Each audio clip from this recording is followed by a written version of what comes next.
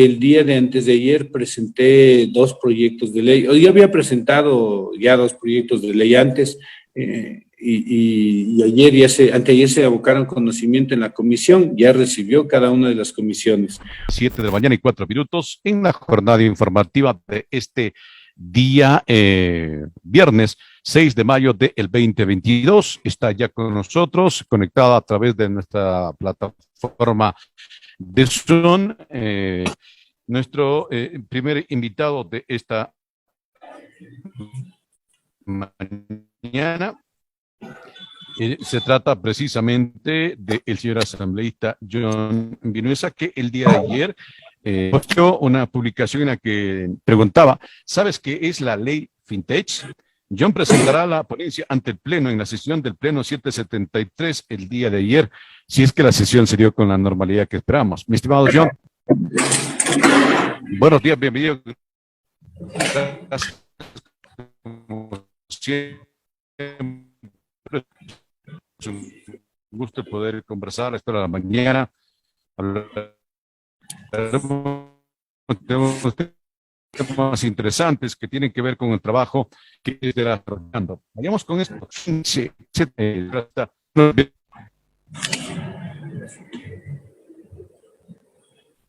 Buenos días, no sé si me escucha, está bastante malo el audio. Sí, ¿se nos estamos escuchando? Le escucho bastante entrecortado, no sé si usted me escucha a mí. A ver, sí, le escucho ahí, mi estimado John. Sí, la conectividad está un poco mala el día de hoy, no sé qué pasa con nuestros sistemas, pero hoy no tenemos buena conectividad. A ver, le escuchamos, John. Hace frío y probablemente por ahí está lenta la conectividad. Bueno, no sé si, por favor, confírmeme si me escucha bien y le voy comentando. El día de ayer... Ahí estamos bien. Chévere. El día de ayer se dio la sesión del Pleno, en la cual se trataron un montón de puntos, y algunos más y otros menos importantes, pero fueron bastantes. Se trató la ley de educación superior, por ejemplo, es una ley que es importantísima. Se escucharon, el día de ayer tuvimos la comparecencia de 9 ciudadanos, entre profesores, estudiantes de la FEUE, de la FEUPE, estudiantes universitarios privados, públicos. O sea, fue una jornada maratónica escuchando a ciudadanos hablar sobre la ley de educación superior, como parte de un proceso ya de algunos meses para trabajar esta ley. Hubieron ciertos apoyos, pero también hubieron críticas y pedidos de que se incluya en el segundo debate, que es el definitivo, algunos parámetros, ¿no? Como por ejemplo el tema de los exámenes de ingreso, que un estudiante planteaba que sean diferenciados, otro estudiante decía que se había prometido que eso ya no se iba a dar. Había un profesor que planteaba una reforma para la CENESID y señalaba que la CENESID tiene más recursos que todas las universidades del país. Sí, o sea, temas de este tipo que fueron bastante interesantes, más allá de que en la comisión también ya se lo ha tratado. Esta vez ya fue en el Pleno. Acordarás usted que hace algunos meses fueron los rectores de la UNACH, del SPOCH y del Colegio Carlos Cisneros, que yo les invité a que sean escuchados en la Asamblea. Eso, por ponerle un ejemplo. Hay otra ley que se trató ayer también, que fue la ley para el tema de la menstruación de las mujeres. Y uno podría pensar, ¿y eso qué tiene? Si es importante o no es importante. Pues resulta que esta ley lo que plantea es que se entienda como un derecho y como parte de la vida la menstruación de las mujeres, lo cual en la ciudad no es tan, ¿cómo le diría? en la ciudad la mujer accede a toallas sanitarias, la mujer accede a Un diferentes sistema formas. de higiene y demás, ¿no es cierto? Ya, inclusive lo que se pide es que no se llame higiene, sino que se le Ya. llame gestión del proceso de menstruación, no de higiene menstrual, ¿no? Porque y hay Perfecto. algunas explicaciones profundas al respecto sobre qué pasa con la mujer en el campo cuando no tiene recursos, cuando vive con $1.50 al día, cuando no puede justamente la higiene lo hace con agua de tubo, entubada y cosas así, o sea, y pedir que las cosas se llamen por su nombre. Fue una de esas leyes que si es que uno no le entiende desde la profundidad del asunto, puede hasta creer que es superficial, pero no es así.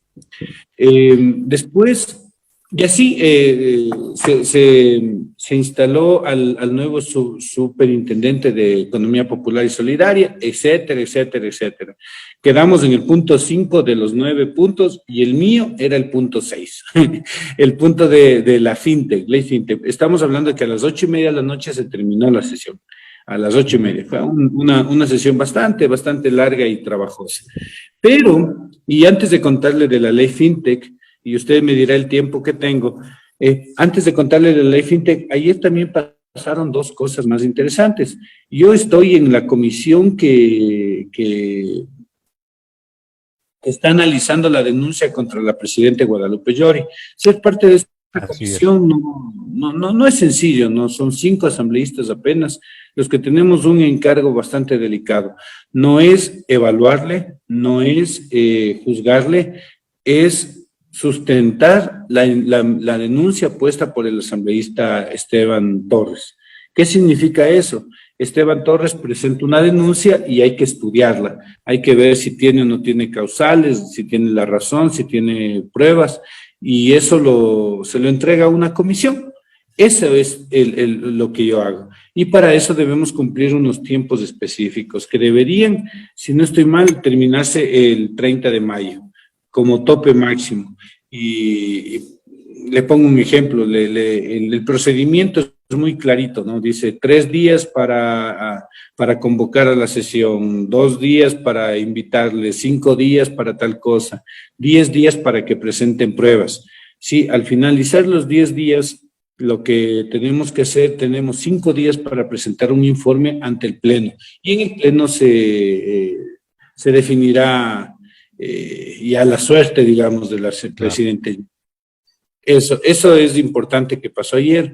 También el día de antes de ayer presenté 2 proyectos de ley. Yo había presentado ya 2 proyectos de ley antes y ayer anteayer se abocaron conocimiento en la comisión, ya recibió cada una de las comisiones.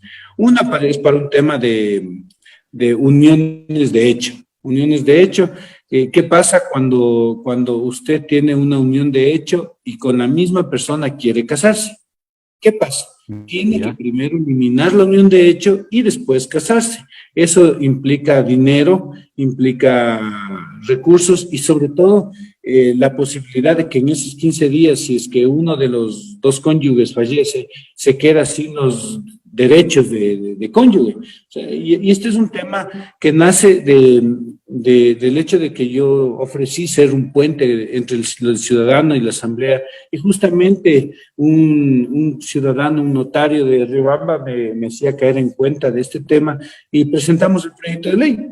Así es que ya está en camino. Y el otro proyecto que hoy salió en las noticias, un montón, fue un bullón, yo no pensé que se iba a hacer tanta bulla de eso, es que pedí que se cambie un artículo pequeñito en el cual diga que los equipos de fútbol deben entrar dentro del control de lavado de activos. Una cosa, un proyecto de ley muy sencillo, apenas un artículo, pero que creo que es muy potente, ¿no?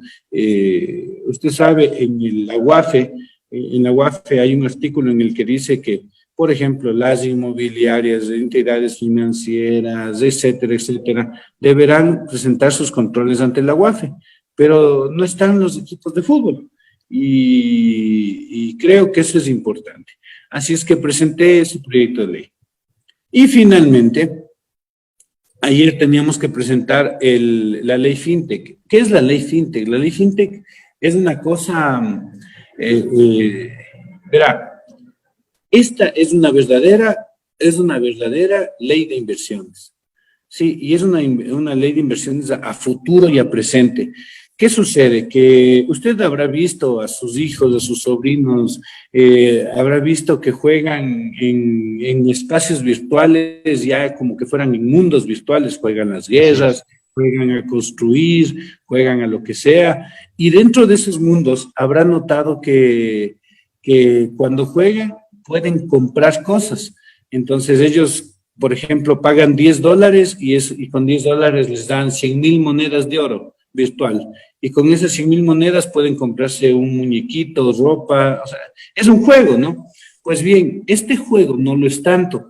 Existe, eso se llama un metaverso, y existe una economía dentro de los metaversos enorme en el mundo, enorme. Y, y, y, y como cualquier cosa virtual, siempre tiene un asentamiento en una compañía que hace ese negocio. Y esa compañía evidentemente necesita localizarse en algún lugar del mundo, ¿no es cierto? O sea, vamos, Por supuesto. Google, Facebook, Meta, se ubican en alguna ciudad del mundo y no pueden hacerlo en el Ecuador. ¿Por qué? ¿Por, Sí, por la qué pregunta, razón no en el Ecuador? ya, verá, todo lo que significa finanzas en el Ecuador, el sistema financiero está basado, esta parte es un poquito compleja, voy a tratar de ser lo más claro posible. A ver, existen dos tipos de derecho, el derecho público y el derecho privado. ¿Cuál es la diferencia? En el derecho privado, usted puede hacer todo excepto lo que la ley le prohíbe. Pero en el derecho público, usted solo puede hacer lo que la ley le permite. No puede hacer lo que la ley le prohíbe, no dice. Entonces, todo lo que es financiero, sistema financiero, banca, todo lo que es financiero es derecho público. Por lo tanto, si no hay una norma, simplemente no se puede hacer. ¿Sí? Por ejemplo, no existen empresas digitales ancladas a temas virtuales. No existe normativa para hacer una empresa que preste dinero, que intermedie recursos, que genere trabajo en la bolsa de valores, que genere temas de seguros, etcétera, etcétera, en plataformas digitales. No existe. No existe. No existe esa norma. Esta ley FinTech genera la norma. Ahora usted, por decirle, yo sueño con la universidad, la SPOCH o la UNACH, generando innovación en temas virtuales de criptoactivos, por decirle algo. Sí, Ya. eso no existe. Y esta ley va a permitir que eso suceda. Esto es realmente abrir un campo para la inversión de nuestros jóvenes enorme, enorme, anclado a la tecnología. Sí, anclado a la tecnología. Así es que inclusive para el control, para evitar fraudes, todas estas compañías, todas son actividades económicas, pues, y todas necesitan una compañía, una sociedad, y para que eso suceda se necesita que el derecho público lo permita. Entonces, la ley FinTech hace eso.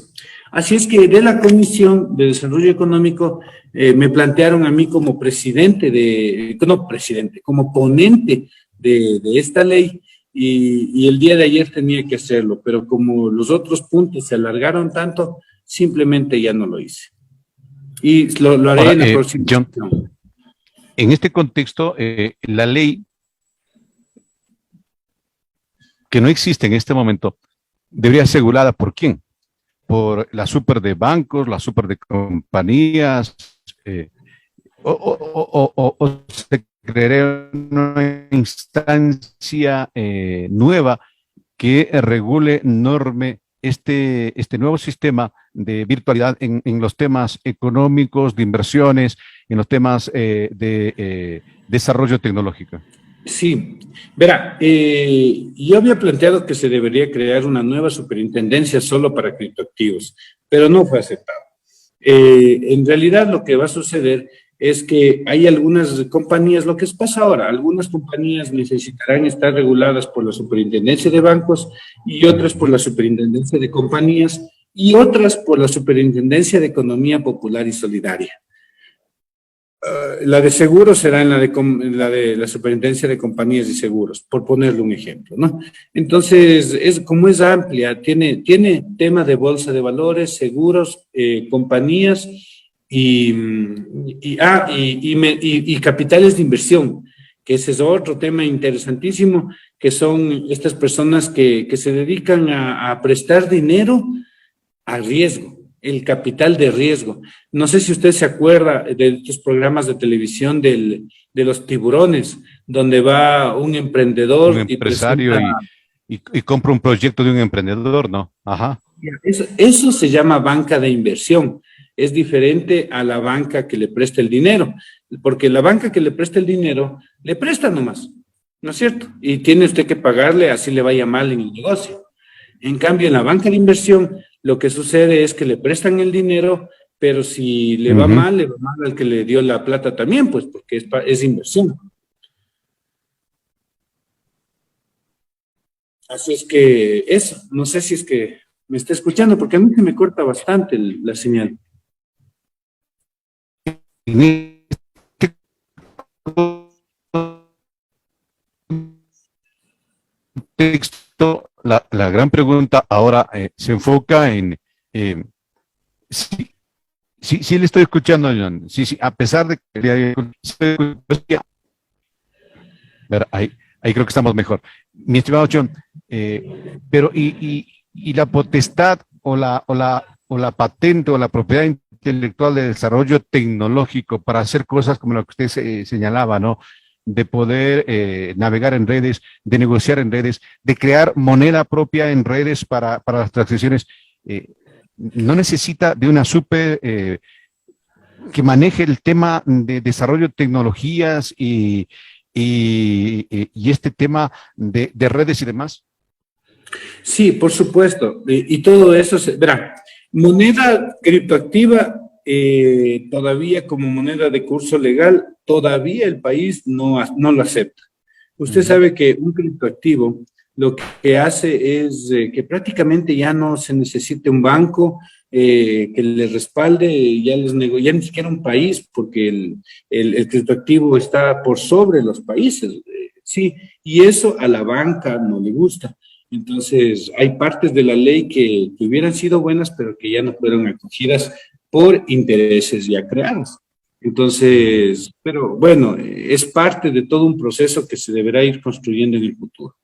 Eh, pero el tema de tecnologías nosotros tenemos el Ministerio de Telecomunicaciones, donde se puede hacer el tema de la tecnología. Respecto a la protección de la propiedad intelectual, justamente el poder construir una empresa legalmente constituida, lo que le va a permitir es proteger la propiedad intelectual de sus innovaciones. Entonces, es una ley demasiado potente y eso que es chiquita, ¿verdad? Es 12 artículos, una cosa pequeña, pero es muy, muy potente en lo que puede sacar después. Estas son las cosas que hace la Asamblea y que yo le agradezco mucho porque generalmente no son noticia. Generalmente la noticia es el escándalo y estas cosas son las que no salen a la luz del día.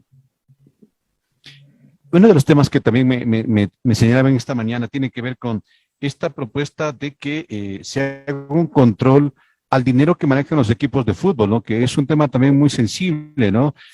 Todos sabemos que un futbolista que patea, con todo respeto lo digo, una pelota, tiene mucha habilidad, llega a ganar entre 40 a 50 mil dólares como un sueldo mensual.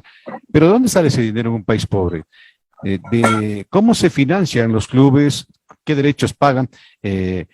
Hay demasiada, cree usted, John, libertad en el manejo de los presupuestos de los equipos de fútbol.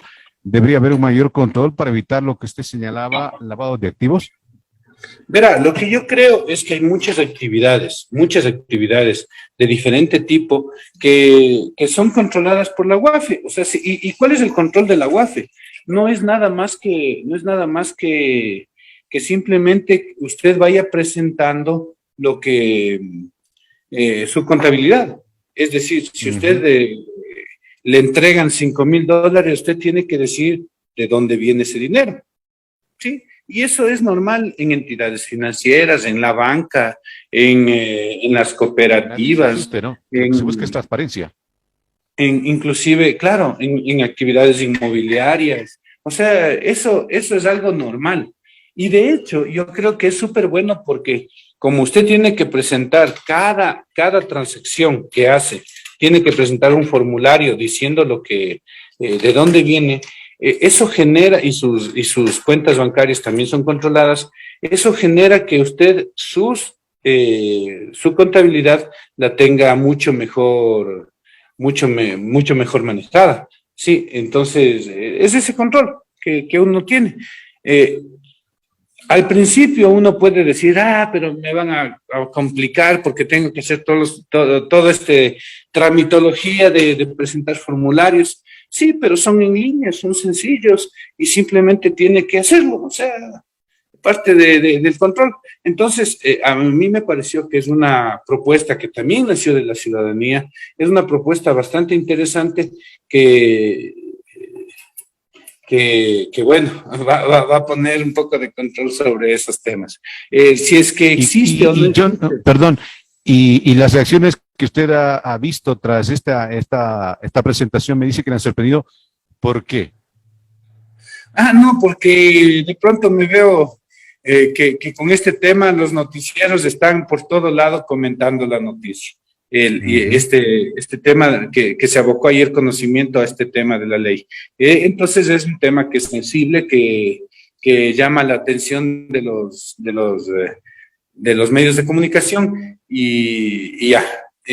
Vamos a ver qué es lo que sigue pasando de aquí en adelante. De mis manos, por decirle así, de mis manos ya pasó. Ahorita ya Ajá. está en tratamiento de la comisión. O sea, yo ya no puedo hacer nada más que estar atento y seguir planteando. Hice yo una presentación del proyecto, lo dejé en la comisión y ya. Y la comisión tendrá que revisarlo. Mi estimado John, la sesión no agotó los puntos de la agenda. ¿Cuándo, No. cuándo continuará? Bueno, la presidente tiene 30 días para volver a convocar a una sesión que haya sido suspendida. De hecho, en estos días que usted ha visto que ha habido un poco de problemas en la asamblea, eh, justamente la presidenta parece que no quería llamar a sesiones nuevas para que no le apelen, entonces se dedicó a llamar a sesiones que habían quedado suspendidas. Es un procedimiento normal el tema de la suspensión de, Claro. de, de sesiones, ya cuando ya no hay tiempo o por alguna razón X, Y o Z, se suspende la sesión, se continúa con una nueva sesión y dentro de 30 días la presidenta puede llamar a que se retome la sesión anterior. Así es que Ujú. está en potestad de ella cuando va a llamar a una nueva sesión. Mi estimado John, otra inquietud. ¿Les preocupa a ustedes el tema de que el tema relacionado a la presidenta, el CAL y demás, no se pueda resolver dentro de la potestad que tiene la Asamblea Nacional y ahora tengan que ir a un juzgado las partes para resolver estos inconvenientes? Desde la visión de la asambleísta John Mendoza, ¿qué está pasando al interior de la presidencia, al interior del CAL? Porque uno entendería que ustedes tienen la suficiente autonomía para resolver los problemas internos, pero la presidenta ha pedido ya que se fije ficha y hora para una comparecencia para los temas de estos internos de la Asamblea. Bueno, a ver, vamos por partes. Y discúlpeme que estaba haciendo un poquito de cosas, pero ya. El tema de la presidente Yori, a mí me pusieron una tarea, el pleno de Ujú. los asambleístas, cogieron una comisión y nos pusieron una tarea. Sustentemos la denuncia del asambleísta Torres frente a la presidenta. Y ella tiene que cumplir, eso es dentro de la misma asamblea, ¿no? O sea, no hay más. pero ella está buscando incidentar el proceso de alguna manera, así lo siento yo. Está buscando incidentar y para eso pone una traba. Ya vio lo que pasó, y no voy a decir que fue ella porque no podría decirlo, pero ya vio lo que pasó, hasta una bomba, amenaza de bomba el día de la instalación de la primera sesión. O sea, esas cosas como que no se hacen, cumplan los procesos, si es que no ha incumplido funciones, bueno, no ha incumplido, pues, pero si ha incumplido, y la normativa es muy clara. O sea, yo no le veo por dónde pueda judicializar un proceso que es absolutamente claro. Artículo 166 le da el procedimiento. La denuncia de Torres especifica claramente dos posibles causales de destitución. Ella tendrá que presentar las pruebas de descargo y ya está. O sea, pero no, ella sigue judicializando y sigue mandando por otros lados. Es cuestión de ella. Inclusive usted se fija que ni la misma CONAIE le respalda, o sea, ni la CONAIE, ya nadie. Usted pregunta en la asamblea, claro, la bancada de gobierno con quien han sido aliados, tanto ella como el asambleísta Lucero han sido muy cercanos al gobierno, le ha apoyado, pero si usted pregunta a los asambleístas de Creo de uno en uno, le van a decir que no. Es cuestión de esperar el informe de que ustedes, como usted forma parte de esta comisión especial que se creó, cumplan los tiempos. En lo que el país debe saber que la comisión que usted integra ha establecido los cronogramas y todos tendrán el derecho a la defensa con la presentación de las pruebas pertinentes y respectivas. Que el país sepa que al final el informe que ustedes como comisión le emitirán sobre el destino de la presidenta de la Asamblea será un informe no basado en cálculos políticos, sino en las pruebas de cargo y descargo que en su momento presenten las partes involucradas en este tema, ¿no? ¿Les preocupa el hecho de que el asesor jurídico de la Asamblea señale de que lo que hace Guadalupe está bien y un poco lo que están haciendo los otros no está mal? ¿Qué sucede con esta posición de representante jurídico de la Asamblea? Imagínese que el representante jurídico de la Asamblea está actuando como representante jurídico del asambleísta Lloris. No es así, pues si ella necesita a un abogado, tiene que verlo por fuera, no con los recursos del Estado ecuatoriano, pero son de las cosas que ella está haciendo. Yo no le voy a decir el futuro de esta investigación, de esta sustentación del cargo, porque no lo puedo hacer. Sí, eso sería, no prevaricar, porque no es un tema judicial, es un tema político, pero preferible que yo no haga un comentario al respecto, a pesar de que pueda tener o no un criterio. Ya ese claro, criterio será explicado por el informe, así de fácil. Y claro, lo que están haciendo es diciendo todo, o sea, incidentando de todas las maneras posibles este proceso. Lo han alargado casi 2 meses, lo han frenado, y justamente en buscar frenar eso es en lo que cometen las irregularidades posiblemente, ¿no? Al no permitir que pase la apelación a la presidencia, que es un mecanismo súper normal en las asambleas del mundo entero, en toda la historia de la humanidad. Cuando en una sesión no está un asambleísta de acuerdo, apela a la presidencia. La presidente dice, bueno, tómese votación, y si es que pierde, se siente en su puesto por esa sesión. O sea, eso ha pasado muchas veces y seguirá pasando en todas las asambleas del mundo, pero ella lo toma como personal, ¿no? O sea, como... o sea, no cumplió un proceso y fue apelada. Y punto. Así es que ella va a seguir incidentando y va a seguir creyendo y va a seguir intentando que las cosas vayan para mal y tratando de hacer creer a la ciudadanía que de alguna manera no actuamos en derecho. Pero está clarísimo el proceso. O sea, es demasiado clara la ley en ese aspecto como para tener dudas al respecto. Me estoy haciendo como siempre, quiero yo agradecerle un hemos tenido un poco de dificultad en conectividad, pero hemos logrado desarrollar el diálogo de la mejor manera posible. Y seguiremos de la expectativa de estas acciones, del trabajo que usted debe desarrollar, pero fundamentalmente también de las leyes que se han venido planteando en este trabajar desde las diferentes comisiones y de las diferentes acciones que como asambleístas se tiene. Una excelente jornada, mi estimación, y gracias por el diálogo.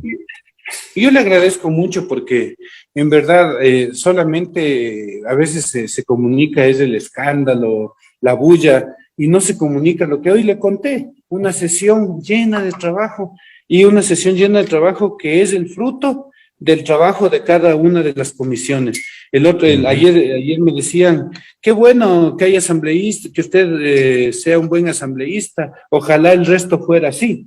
Y yo digo, no me puedo sentir en la posición de decir que yo soy el único que trabaja. No, hay muchos asambleístas que hacen bien su trabajo. Ayer nomás ya se pasó análisis, y con esto termino, se pasó análisis el informe para primer debate para el uso progresivo de la fuerza por parte de la policía. Es un proyectazo y eso es de otros asambleístas, inclusive de la misma asambleísta Núñez de Chimborazo. Entonces, es algo que hay que saberlo rescatar. Muchas gracias por el espacio.